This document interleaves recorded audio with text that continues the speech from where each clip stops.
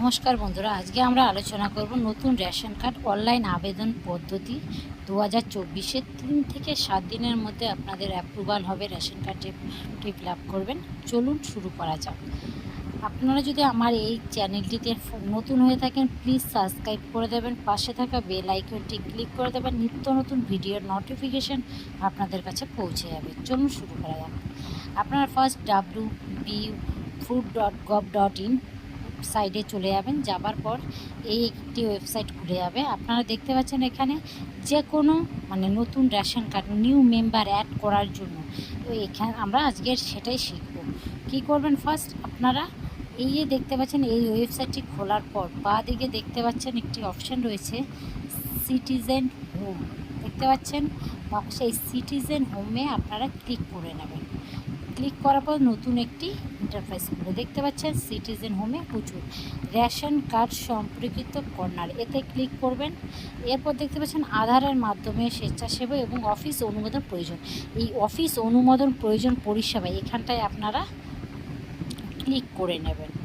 ওকে, এই যে আধার মাধ্যমে যে স্বেচ্ছাসেবী, এতে আপনার রেশন কার্ড রয়েছে, কানেকশান করতে পারবেন। এই ধরনের কাজগুলো আপনারা করতে পারবেন। অ্যাপ্লাই অনলাইন, এই যে অ্যাপ্লাই অনলাইন এইখানটায় আপনারা কিন্তু ক্লিক করে নেবেন। অ্যাপ্লাই অনলাইনে যখনই আপনারা ক্লিক করবেন দেখতে পাচ্ছেন নানা রকম ফর্ম বেরিয়েছে। আমরা কী করব, নিউ মেম্বার অ্যাড করার জন্য যে কোনো নিউ মেম্বার অ্যাড তার জন্য form number 4 check and apply এখানটায় আপনারা ক্লিক করে নেবেন। এখানে কী করবেন, রেশন কার্ডের সঙ্গে যে মোবাইল নাম্বারটি আপনারা লিঙ্ক করেছেন সেটি আপনাদের বসিয়ে গেট ওটিপিতে ক্লিক করে দেবেন। ওকে, তো গেট ওটিপিতে ক্লিক করার পর আপনার মোবাইলে একটি ওটিপি যাবে। ওটিপিটি আপনারা কী করবেন, এখানটায় বসিয়ে দেবেন। চলুন আমরা ওটিপিটি বসিয়ে দিই। এবার প্রোটেস করে দেবেন। প্রোটেস দেখতে পাচ্ছেন করার পর দেখতে পাচ্ছেন এখানে রয়েছে অ্যাপ্লাই নাও। অ্যাপ্লাই আমরা কত নম্বর ফর্ম করব, 4 নম্বর ফর্ম। নিউ মেম্বারের এবং শিশু যে কোনো বয়সী 5 বছরের নিচু শিশুদেরও কিন্তু এখান থেকে অ্যাপ্লাই করা যাবে। তো আপনারা ফার্স্ট কী করবেন, এই ফর্মটি যে আসবে সেই ফর্মটি আমরা ফিল আপ করে নেব। এখানে দেখতে পাচ্ছেন ফার্স্ট নেম, লাস্ট নেম, বাবার নাম, জেন্ডার, ডেট অফ বার্থ এবং আদার্স। আপনার বাচ্চা হ্যান্ডিক্যাপ যদি হয় বা এইসব যদি হয় তাহলে আপনারা ক্লিক করে দেবেন নন অফ অ্যাবাউট, এইখানে ক্লিক করে দেবেন। এবার কি হচ্ছে, আধার নাম্বার, এপিক নাম্বার যে কোনো বসাবেন, কিন্তু বাচ্চাদের ক্ষেত্রে যাদের আধার কার্ড হয়নি তাদের ক্ষেত্রে কিছু এখানে নাম্বার বসাতে হবে না। জাস্ট আপনার বার্থ সার্টিফিকেট যেটি আছে সেটি আমরা আপলোড করবো, সেখানে নাম্বার লাগবে না।